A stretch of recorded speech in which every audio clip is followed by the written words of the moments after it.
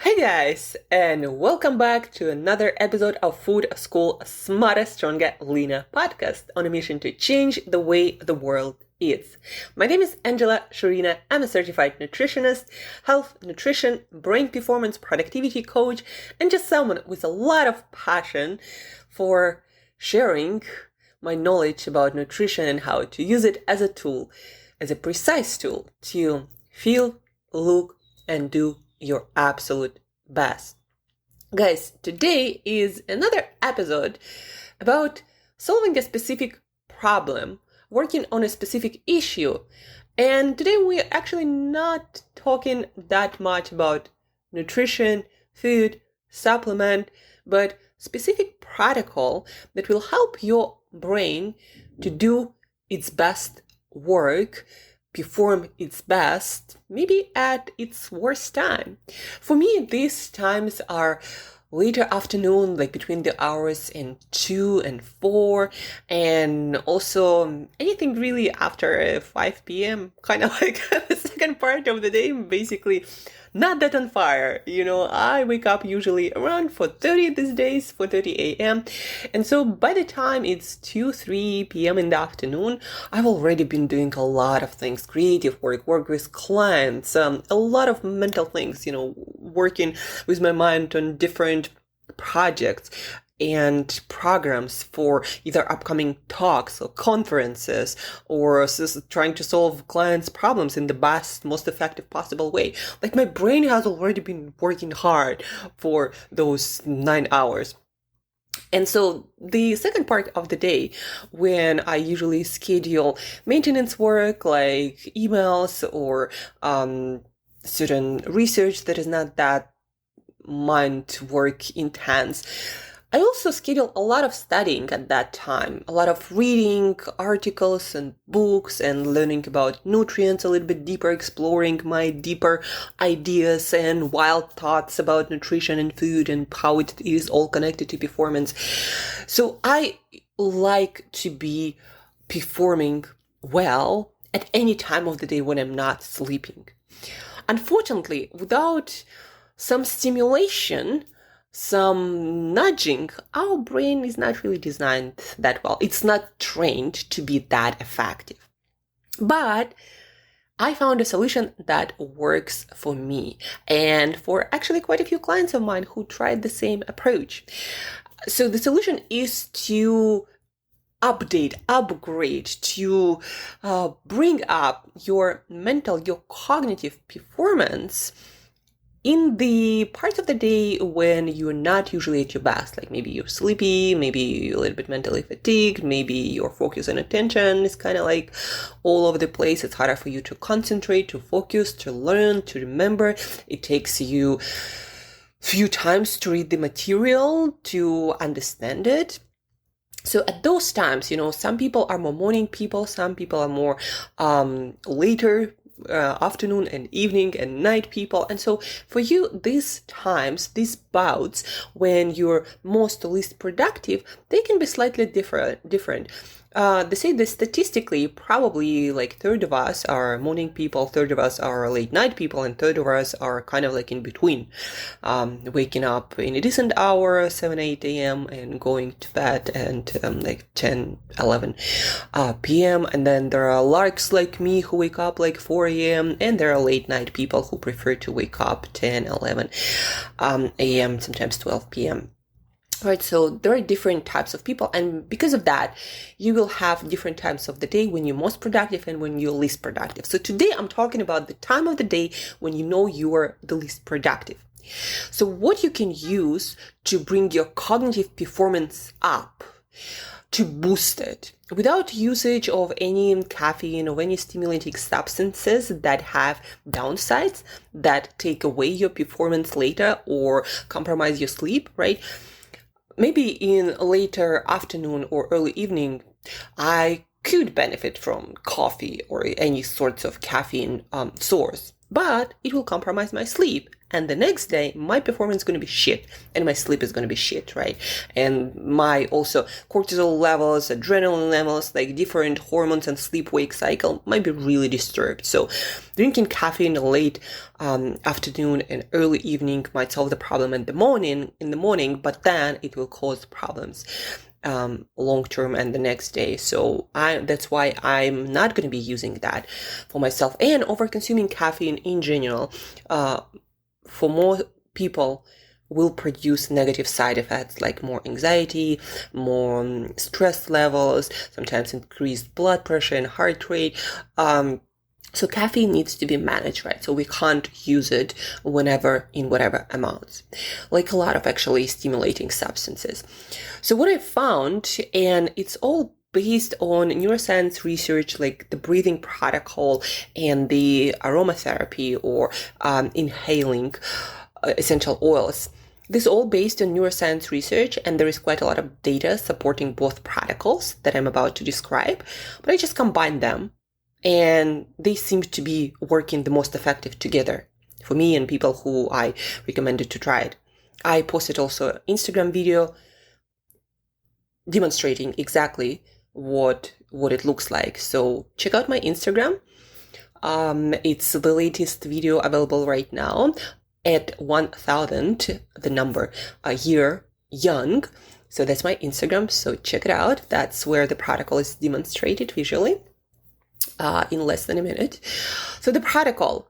So you start feeling sleepier, or you are still sleepy because you wake up usually in that mode. So what you do instead of consuming caffeine or other stimulants is start with 3 cycles of hyperventilation. So 25 to 30 times breathing. I already mentioned this type of breathing quite a few times. I'm just bringing it together with another piece to help you get more benefits for your cognitive performance at the times when you're not your best, when your mind is not at its best.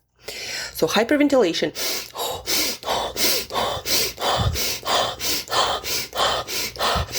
So you do that 25, 30 times. Then you breathe out completely. You hold your breath as long as you can. Then you breathe in. You hold your breath as long as you can, and then repeat the whole cycle 2 more times. So 25, 30 fast breath, breathe out, hold, breathe in, hold, and repeat 2 more times, total 3 times. And then I use rosemary essential oil. Also, you can use, I haven't tried it yet, but from data it seems that peppermint oil might have the same or very similar effect. So I use rosemary oil that has been used, was used in ancient Rome among people who needed to perform their best cognitively and also very often physically, like if people were going through some memory test or they had to study for exams, be that in philosophy or in literature, in any kind of, in math also, in any kind of tasks and disciplines where they needed their mental performance to be at its peak, they used it. They were sniffing at it. They also had like those things you put around your head. How do you call them? I forgot. I actually probably never knew the word in English because English is not my first language. So they used rosemary in many different ways in ancient Rome to upgrade already their mental performance. And we have modern day data also supporting the fact that rosemary oil, essential oil, has this cognitive enhancing effect on our brain, increases the ability to focus, to concentrate, the speed of your information processing, the how easy it is for you to retain information, basically to memorize stuff, the acuity, the accurateness of processing of any information, right? Thinking on complex tasks and solutions, putting it all together, focus, alertness, all of that going to be enhanced by inhaling rosemary oil. So you do 3 cycles of hyperventilation and breath holds, and then I usually use essential oil in a small vial, and I would inhale it. I would put a little bit on my wrist, rub wrists against each other, and then I put a little bit underneath my jaw bones, those big bones at the end of your scalp, underneath your ears. So we have big arteries here. So when you rub that oil, when you put a little bit oil on those arteries, they're going to be transported throughout your system faster. So I put some there. I also put some underneath my nose to kind of keep sniffing it. Don't overdo it, right? Just find your portion. Otherwise, you might be too, I don't know, cognitively enhanced. Although I don't know if there is such a thing, to be honest, with essential oils. So I put some on my wrist, and again, you can see the whole demonstration on my Instagram, the last reel. So it's 1 minute and you'll see all of it, the whole protocol. I put that essential oil and I'm ready to go. And to be honest, guys, it's been quite good, like how effective it is. And it doesn't affect my sleep at all. I make sure to not use it 3 hours before bed, because when I used it right before bed one time, I noticed that my brain was too focused and I couldn't really fall asleep. It took me like an hour to fall asleep, when usually I'm just, hitting the pillow and falling asleep. That's how it works. So don't use it at night. But I am quite happy with how well it works. Now I don't remember a single day when at night, even when it's 8 p.m., like my least brain effective time, I don't remember the time when I couldn't read, memorize, learn, study effectively. Like I read really fast, I memorize everything the next morning, I remember everything. So it's been working really, really well. And I'm really happy with the results. So I think I'm going to be using it for life now, right? Try it. It didn't just work for me. It worked for at least 5 other people who I'm trying it with, and I'm going to be continuing recommending it to other people. By the way, if you have maybe your office, or you have an office for your team, get some essential oil diffuser. You can get any, they're cheap, Amazon, any kind of home stuff of store, either online or physical store. So essential oil diffuser, you put that oil there and you put it in a room where you need to be focusing, concentrating, working on cognitively challenging tasks, analytical stuff, right? Where you need to be focused, put the diffuser there and it's going to be your focus room. It works, guys. So help the whole team, your whole maybe company, create this focus room and put that rosemary oil diffuser there. And it's a simple way to enhance performance, not just yours, but also your team, or maybe the whole company, when you have this room available for people to come in and work on mentally demanding tasks. I think it's kind of a cool feature, cool hack. Or in your home, at home, if you have an office where you concentrate and you focus, put that rosemary oil diffuser there and have your own focus room. And that's it for today, guys. Just wanted to share this protocol that I've been using for a few weeks now. Well, not a few, maybe a couple of weeks, but it just works so well. And I wanted to share that with you. And again, all supported by neuroscience data, research, all these protocols, hyperventilating, and also rosemary essential oil. There are quite a few oils that can be used for different purposes.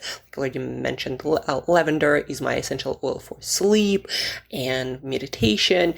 And there are quite a few to increase even things like creativity or your sexual life and libido, right? Or enhance your physical performance. So look into that if you are interested, because our olfactory system, the system that helps us to inhale and the brain to cognitively process the aroma molecules. It's actually one of the most powerful systems in our body, and we are not really using it, even though it is one of the most powerful systems. You inhale, and those aroma molecules that through olfactory nerve, they go right into your brain and change your state almost instantly. That's how fast it works, faster than anything you would put in your bloodstream even, right? So use it. let me know. I'd really love to hear if you try this protocol for the first time when you are at your worst, usually cognitively, and it works really beautifully. Share this. I'd really love to hear that. And thank you guys for tuning in. Thank you for listening. Also, don't forget to share this. When you try it, it works, so share it with other people. Let's all do better. Let's help each other. Yeah, help me to help others. Share this episode also for this reason with other people. And guys, till next time, as usual, eat better daily.